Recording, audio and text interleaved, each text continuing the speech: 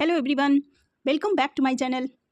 तो बच्चों, आज की वीडियो में हम क्लास 7 हिंदी की नई पाठ्यपुस्तक मल्हार से पाठ 4 पानी रे पानी के प्रश्न उत्तर को सॉल्व करेंगे। इस पाठ के सभी प्रश्न उत्तरों को बहुत ही आसान शब्दों में लिखा गया है ताकि आपके लिए परीक्षा में याद करना काफ़ी आसान हो। ठीक है, अगर ये वीडियो आपके लिए थोड़ी सी भी हेल्पफुल है तो प्लीज़ वीडियो को लाइक करें और चैनल को सब्सक्राइब करें। तो चलिए जल्दी से शुरू करते हैं। तो पहला प्रश्न है, मेरी समझ से निम्नलिखित प्रश्नों का सही उत्तर कौन सा है, उसके सामने तारा बनाइए। कुछ प्रश्नों के एक से अधिक उत्तर भी हो सकते हैं। पहला है, हमारा भूजल भंडार निम्नलिखित में से किससे समृद्ध होता है? तो हमारा भूजल भंडार पानी बरसने से और तालाब झीलों से समृद्ध होता है। तो सही उत्तर इसका है दूसरा और तीसरा। ठीक है, तो इन दोनों के आगे आपने स्टार बना देना है। दूसरा है, निम्नलिखित में से कौन सी बात जल चक्र से संबंधित है? तो जल चक्र में समुद्र की भाप बादल बनकर बरसती है और नदियां समुद्र में मिल जाती है। तो इसका दूसरा सही है, समुद्र से उठी भाप का बादल बनकर बरसना और नदियों का समुद्र में जाकर मिलना। ठीक है, ये दोनों सही है, आप इन दोनों के आगे स्टार बनाएंगे। तीसरा है, इस बड़ी गलती की सजा अब हम सबको मिल रही है। यहाँ किस गलती की ओर संकेत किया गया है? सही उत्तर है तालाबों को कचरे से पाटकर समाप्त करना। ठीक है, तो यहाँ पे इस बड़ी गलती की बात की जा रही है, तो इसके आगे आपने स्टार बना देना है। ख प्रश्न है, अब अपने मित्रों के साथ संवाद कीजिए और कारण बताइए कि आपने ये उत्तर क्यों चुने। तो आपने अपने मित्र के साथ बातचीत के द्वारा संवाद करना है कि आपने यही उत्तर क्यों चुना। ठीक है, तो आप इस तरह से संवाद लिख सकते हैं। आपके मित्र का नाम है, आप वो लिखेंगे, राहुल तुमने पानी बरसने से क्यों चुना? तो आप बोलेंगे क्योंकि बारिश का पानी जमीन में जाकर भूजल बढ़ाता है। दूसरा है, बान्या बोलेगी जल चक्र कैसे पूरा होता है? फिर आप बोलेंगे समुद्र का पानी भाप बनता है, बादल बनते हैं और बारिश होती है, फिर पानी नदियों से समुद्र में चला जाता है। फिर अजय बोलेगा तालाबों को पाटना गलती क्यों है? तो आप बोलेंगे क्योंकि इससे पानी जमीन में नहीं जा पाता और भूजल कम हो जाता है। ठीक है, आप इस तरह से संवाद लिखेंगे। अगला है, मिलकर करें मिलान। पाठ में से कुछ शब्द समूह का संदर्भ चुनकर स्तंभ 1 में दिए गए हैं और उसके अर्थ स्तंभ 2 में दिए गए हैं। अपने समूह पर चर्चा कीजिए और रेखा खींचकर सही मिलान कीजिए। पहला है वर्षा जल संग्रह। तो ये है वर्षा के जल को प्राकृतिक अथवा कृत्रिम रूप से धरती में संग्रह करना। तो ये इसका सही मिलान हो जाएगा। अगला है जल संकट, तो जल की अत्यधिक कमी होना। तीसरा है जल चक्र, तो जल चक्र हो गया समुद्र से उठी भाप का बादल बनकर पानी में बदलना और वर्षा के द्वारा पुनः समुद्र में मिल जाना। ये रहा। अगला है भूजल, तो भूजल का हो जाएगा जमीन के नीचे छिपा जल भंडार। ठीक है, इस तरह से आप मिलान करेंगे। अगला है पंक्तियों पे चर्चा। इस पाठ में से चुनकर कुछ पंक्तियां नीचे दी गई है, उन्हें ध्यान से पढ़िए और अपने सहपाठियों से चर्चा कीजिए। पानी आता भी है तो बेवक्त, तो इसका अर्थ हो गया, इसका अर्थ है कि पानी सही समय पर नहीं आता। दूसरा है, देश के कई हिस्सों में तो अकाल जैसे हालात बन जाते हैं, तो इसका अर्थ है कि कई जगह पानी की बहुत कमी हो जाती है। तीसरा है, कुछ दिनों के लिए सब कुछ थम जाता है, तो इसका हो जाएगा बाढ़ आने पर लोगों का कामकाज रुक जाता है। अगला है, अकाल और बाढ़ एक ही सिक्के के दो पहलू हैं, इसका अर्थ हो जाएगा कि पानी की कमी और अधिकता दोनों ही समस्या है। अगला प्रश्न है सोच विचार के लिए। क प्रश्न है, पाठ में धरती को बड़ी गुल्लक क्यों कहा गया है? उत्तर लिखेंगे, धरती को बहुत बड़ी गुल्लक इसलिए कहा गया है क्योंकि जैसे हम गुल्लक में पैसे जमा करते हैं वैसे ही धरती अपने अंदर पानी जमा करती है। बरसात का पानी धरती के नीचे संग्रहित होता है जिसे साल भर उपयोग किया जा सकता है। ठीक है। दूसरा प्रश्न है, जल चक्र की प्रक्रिया कैसे पूरी होती है? उत्तर लिखेंगे, जल चक्र की प्रक्रिया ऐसे पूरी होती है, सूरज समुद्र के पानी को भाप बनाता है, भाप बादल बनती है, बादल बरसात लाते हैं, बारिश का पानी नदियों से वापस समुद्र में चला जाता है। यह प्रक्रिया बार बार चलती रहती है।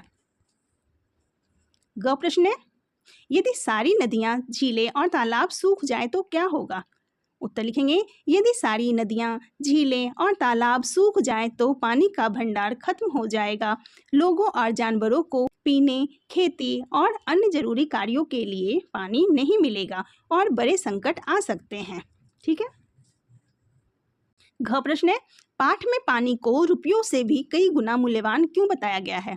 उत्तर लिखेंगे, पानी को रुपयों से भी कई गुना मूल्यवान इसलिए बताया गया है क्योंकि पानी के बिना जीवन संभव नहीं है। रुपये तो दोबारा मिल सकते हैं, लेकिन पानी की कमी से जीवन, खेती, जानवर और पूरा पर्यावरण संकट में आ सकता है। ठीक है, इस तरह से आप उत्तर लिखेंगे। अगला प्रश्न है, शीर्षक पाठ का नाम पानी रे पानी क्यों रखा गया है? उत्तर लिखेंगे, यह पाठ पानी के महत्व और संरक्षण के बारे में बताता है, इसलिए इसका नाम पानी रे पानी रखा गया है। ख प्रश्न है, आप इस पाठ को क्या नाम देना चाहेंगे? तो आप जो नाम देना चाहेंगे आप दे सकते हैं। जैसे मैंने दिया है, मैं इस पाठ का नाम जल है तो जीवन है रखना चाहूँगा या चाहूँगी। ठीक है, आप दूसरा भी नाम लिख सकते हैं, जल है तो कल है। ठीक है, इस तरह से आप कोई भी नाम लिख सकते हैं। अगला प्रश्न है, शब्दों की बात पर बल देना। हमारी यह धरती भी इसी तरह का एक गुल्लक है। हमारी यह धरती इसी तरह की एक गुल्लक है। क प्रश्न है, इन दोनों वाक्यों को ध्यान से पढ़िए। दूसरे वाक्य में कौन सा शब्द हटा दिया गया है? उस शब्द को हटा देने से वाक्य के अर्थ में क्या अंतर आया, पहचान कर लिखिए। तो दूसरे शब्द में भी को हटा दिया गया है ना। ख है, पाठ में कुछ ऐसे शब्द भी आए हैं जो अपनी उपस्थिति से वाक्य में विशेष प्रभाव उत्पन्न करते हैं। पाठ को फिर से पढ़िए और इस तरह के शब्दों वाले वाक्य को चुनकर लिखिए। तो आप इस तरह से लिखेंगे। ख का उत्तर हो जाएगा, भी शब्द हटाने से तुलना का भाव कम हो गया है। ख है, प्रभाव वाले शब्द के वाक्य कौन कौन से हैं? तो ये वाक्य हैं, पानी आता भी है तो बेवक्त। दूसरा है, कुछ दिनों के लिए सब कुछ थम जाता है। तीसरा है, अकाल और बाढ़ एक ही सिक्के के दो पहलू हैं। ठीक है। अगला है समानार्थी शब्द। नीचे दिए गए वाक्यों में रेखांकित शब्दों के स्थान पर समान अर्थ देने वाले शब्द लिखिए। इस शब्द के लिए आप बादल में से शब्द चुन सकते हैं। तो पहला है, सूरज की किरणें पड़ते ही फूल खिल उठे। तो सूरज का पर्यायवाची शब्द हो जाएगा या फिर समान अर्थ वाले शब्द हो जाएंगे। ये दिवाकर, सूर्य, दिनकर। ठीक है, आप यहाँ लिखेंगे। दूसरा है, समुद्र का पानी भाप बनकर उड़ जाता है। तो भाप का समानार्थी वाले शब्द हो जाएगा। ठीक है, आप इस तरह से लिखेंगे। सूरज का समानार्थी शब्द हो जाएगा सूर्य, दिनकर। पानी का नीर, जल। बादल का मेघ, जलद। हवा का पवन, वायु। ठीक है। अगला है उपसर्ग। तो कुछ शब्दांश किसी शब्द के आरंभ में जुड़कर उसके अर्थ में परिवर्तन कर देते हैं या कोई विशेषता उत्पन्न कर देते हैं। इस प्रकार नए शब्दों का निर्माण करते हैं। इस शब्द को, इस तरह के शब्दांश को उपसर्ग कहते हैं। जैसे प्र है, तो प्र में आप देश जोड़ देते हैं तो बन जाता है प्रदेश। बी में आप देश जोड़ देते हैं तो हो जाता है विदेश। पर में आप देश जोड़ देते हैं तो परदेश। स्व में आप देश जोड़ देते हैं तो स्वदेश। तो वैसे ही आपने सु में पात्र जोड़ा तो हो जाएगा सुपात्र।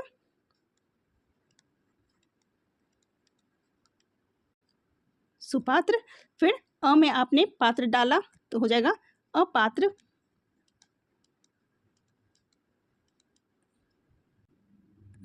अगला है, अ में ज्ञान जोड़ा तो हो गया अज्ञान।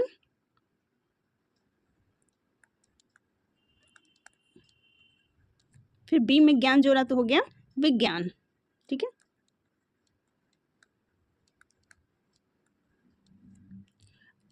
अब आपको इन शब्दों के वाक्य बनाने हैं। ठीक है, तो आप इस तरह से वाक्य बनाएंगे। सुपात्र का वाक्य हो जाएगा, हमें सुपात्र को सहायता देनी चाहिए। अज्ञान का वाक्य हो जाएगा, शिक्षा अज्ञान को दूर करती है। विज्ञान का हो जाएगा, विज्ञान हमें नई बातें सिखाता है। आगे है पाठ से आगे। आपकी बात। धरती की गुल्लक में जल राशि की कमी ना हो, इसके लिए आप क्या क्या प्रयास कर सकते हैं?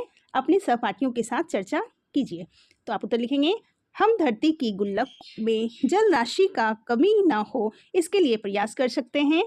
हमें पानी बचाना चाहिए, वर्षा जल संग्रह करना चाहिए और पेड़ लगाना चाहिए। ठीक है। ख है जल चक्र का चित्र। तो आप इस तरह से जल चक्र का चित्र बना सकते हैं। जल चक्र में सूरज, बादल, वर्षा, नदी और समुद्र शामिल होते हैं। ठीक है। जल चक्र का विवरण आप इस तरह से कर सकते हैं। सूरज पानी को भाप बनाता है, भाप बादल बनती है और फिर बारिश होती है। पानी नदियों से समुद्र में चला जाता है। ठीक है, तो ये हो गया जल चक्र। अगला प्रश्न है सृजन। कल्पना कीजिए कि किसी दिन आपके घर में पानी नहीं आया, आपको विद्यालय जाना है, आपके घर के समीप ही एक सार्वजनिक नल है, आप बाल्टी आदि लेकर वहां पहुंचते हैं और ठीक उसी समय आपके पड़ोसी भी पानी लेने पहुंच जाते हैं। आप दोनों ही अपनी अपनी बाल्टी पहले भरना चाहते हैं। ऐसी परिस्थिति में आपस में किसी प्रकार का विवाद तू मैं ना हो, यह ध्यान रखते हुए 5 संदेश वाक्य स्लोगन तैयार कीजिए। ठीक है, तो आप इस तरह से संदेश लिखेंगे। पानी है अनमोल, इसे बचाओ।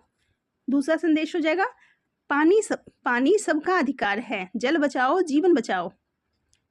पानी व्यर्थ मत बहाओ, मिलजुल कर पानी उपयोग करें। इस तरह के स्लोगन आप लिखेंगे। ठीक है, अगला है पानी रे पानी। नीचे हम सबकी दिनचर्या से जुड़ी कुछ गतिविधियों के चित्र हैं। उन चित्रों पर बातचीत कीजिए जो धरती पर पानी के संकट को कम करने में सहायक है, और उन चित्रों पर भी बात करें जो पानी की गुल्लक को जल्द ही खाली कर रहे हैं। ठीक है, तो पानी बचाने वाली गतिविधियां हैं पेड़ लगाना, वर्षा जल जमा करना, नल बंद रखना। पानी बर्बाद करने वाली गतिविधियां हैं नल खुला छोड़ना, जरूरत से ज़्यादा पानी बहाना, पाइप से गाड़ी धोना। ठीक है, अगला प्रश्न है सबका पानी।